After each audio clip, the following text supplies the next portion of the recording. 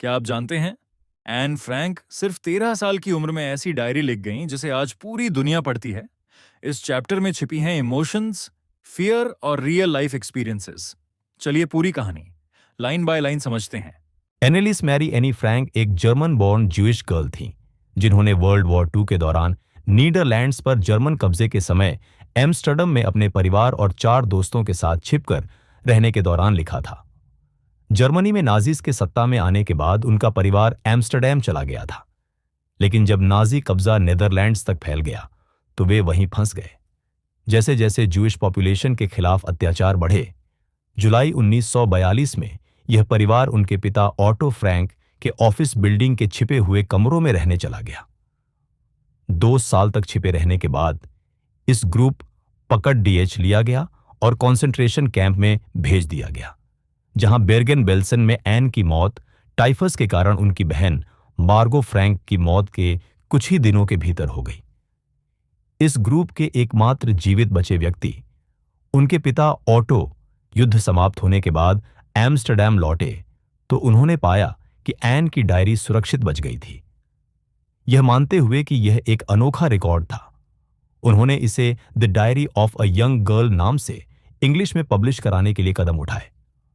यह डायरी एने फ्रैंक को उनके 13वें जन्मदिन पर दी गई थी और इसमें 12 जून 1942 से लेकर 1 अगस्त 1944 की अंतिम एंट्री तक उनके जीवन की घटनाओं का क्रॉनिकल अर्थात सिलसिलावार विवरण है। आखिरकार इसे इसके ओरिजिनल डच भाषा से कई अलग अलग भाषाओं में ट्रांसलेट किया गया और यह दुनिया की सबसे ज्यादा पढ़ी जाने वाली बुक्स में से एक बन गई। इस डायरी पर बेस्ड कई फिल्म्स, टेलीविजन और थिएट्रिकल प्रोडक्शंस और यहां तक कि एक ओपेरा भी बन चुके हैं। एक मैच्योर और इंसाइटफुल दिमाग की रचना के रूप में डिस्क्राइब की गई यह डायरी नाजी कब्जे के दौरान डेली लाइफ का एक क्लोज एग्जामिनेशन प्रोवाइड करती है। एन फ्रैंक होलोकॉस्ट विक्टिम्स में से सबसे फेमस और चर्चित चेहरों में से एक बन गई है। यह एक ऐसा फोटो है जैसा मैं हमेशा दिखने की विश करती हूं। तब शायद मेरे पास हॉलीवुड आने का एक चांस होता। एन फ्रैंक, 10 अक्टूबर 1942। राइटिंग डायरी में लिखना मेरे जैसे किसी व्यक्ति के लिए सचमुच एक बहुत अजीब अनुभव है। न केवल इसीलिए कि मैंने पहले कभी कुछ नहीं लिखा, बल्कि इसलिए भी कि मुझे लगता है कि बाद में न तो मैं और न ही कोई दूसरा व्यक्ति एक 13 साल की स्कूली लड़की के विचारों में रुचि लेगा। खैर, इससे कोई फर्क नहीं पड़ता। मुझे लिखने का मन है और उससे भी ज्यादा जरूरत है कि मैं अपने मन की सारी बातें बाहर निकाल सकूं। कागज लोगों से ज्यादा धैर्यवान होता है। मैंने इस कहावत के बारे में एक ऐसे दिन सोचा जब मैं थोड़ा उदास महसूस कर रही थी और घर पर ठुड्डी हाथों पर टिकाए, ऊबी हुई और सुस्त बैठी थी। मैं सोच रही थी कि घर में रहूं या बाहर जाऊं। आखिरकार मैं वहीं बैठी रही और सोचती रही। हाँ, कागज सचमुच लोगों से ज्यादा धैर्यवान होता है।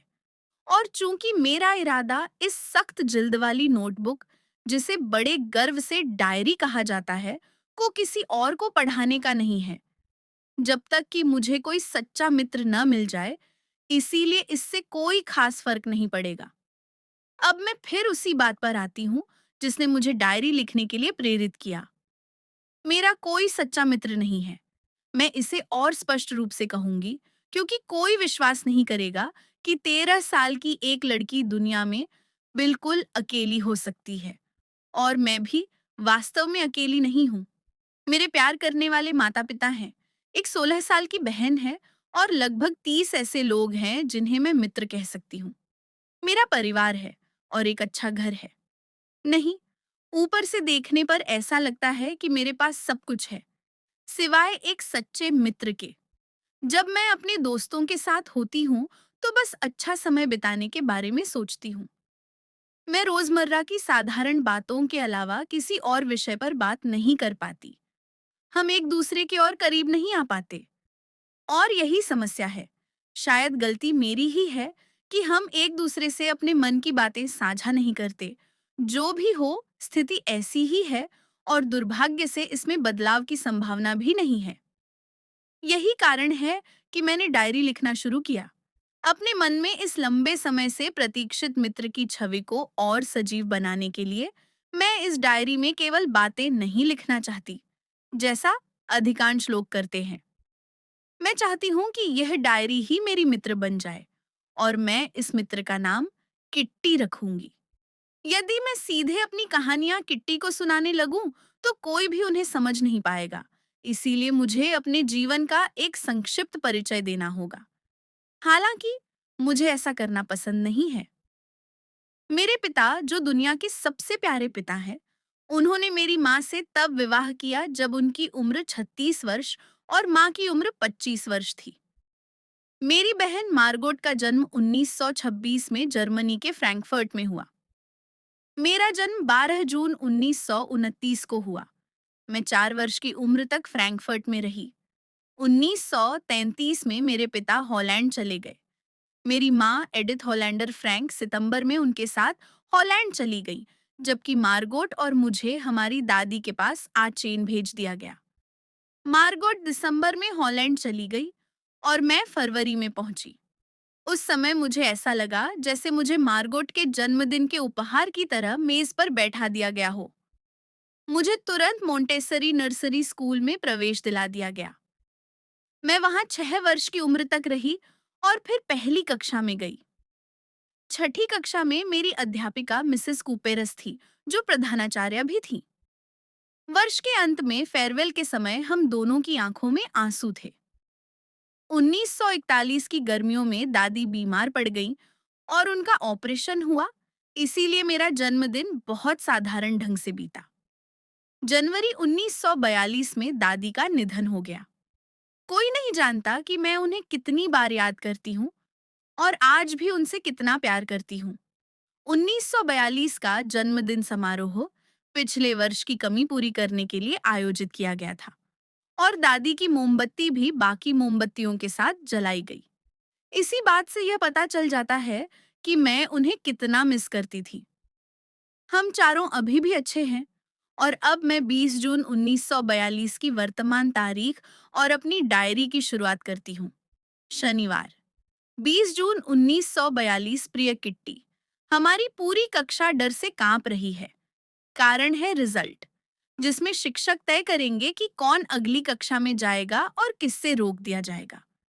कक्षा के आधे बच्चे तो शर्तें लगा रहे हैं, जी बॉट एन, और मैं अपने पीछे बैठे 2 लड़कों, सी बॉट एन और जैक्स, पर हंसते हंसते लौटपोट हो जाते हैं।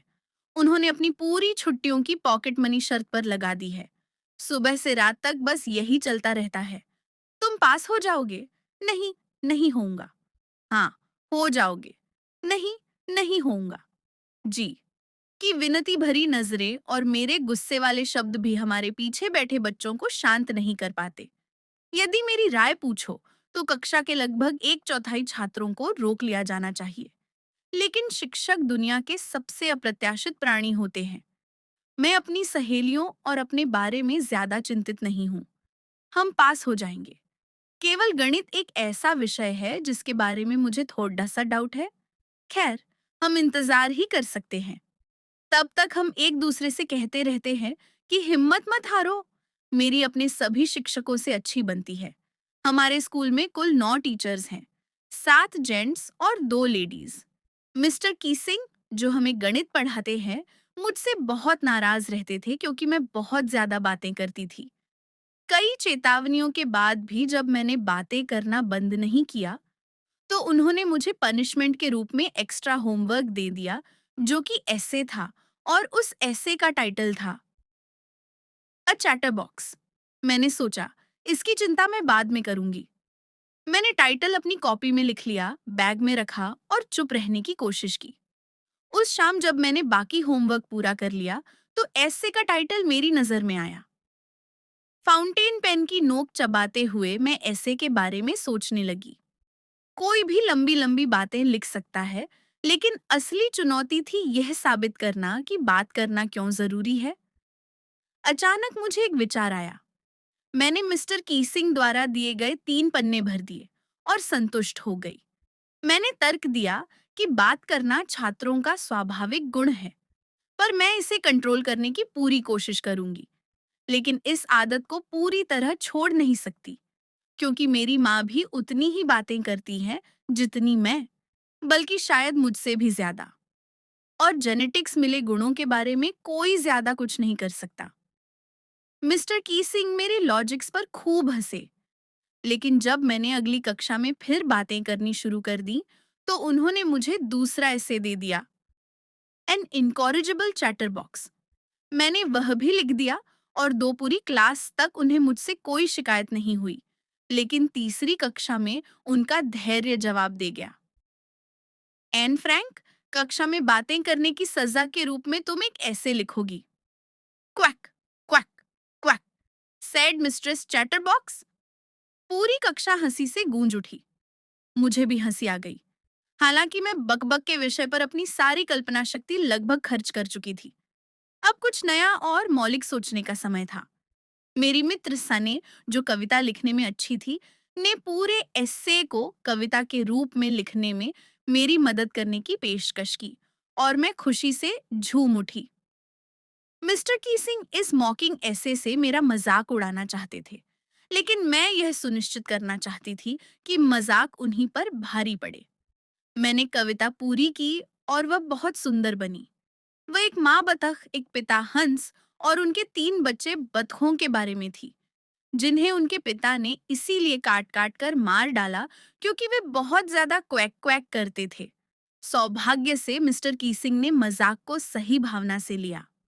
उन्होंने कविता पूरी कक्षा को सुनाई और अपनी टिप्पणियां भी जोड़ी। यहाँ तक कि उन्होंने इसे कई दूसरी कक्षाओं में भी पढ़कर सुनाया। तब से मुझे क्लास में बातें करने की अनुमति मिल गई और मुझे कभी एक्स्ट्रा होमवर्क नहीं दिया गया। उल्टा आजकल मिस्टर कीसिंग स्वयं खूब मजाक करते हैं। तुम्हारी एन। तो ये थी पूरी कहानी from the diary of Anne Frank, Hindi में।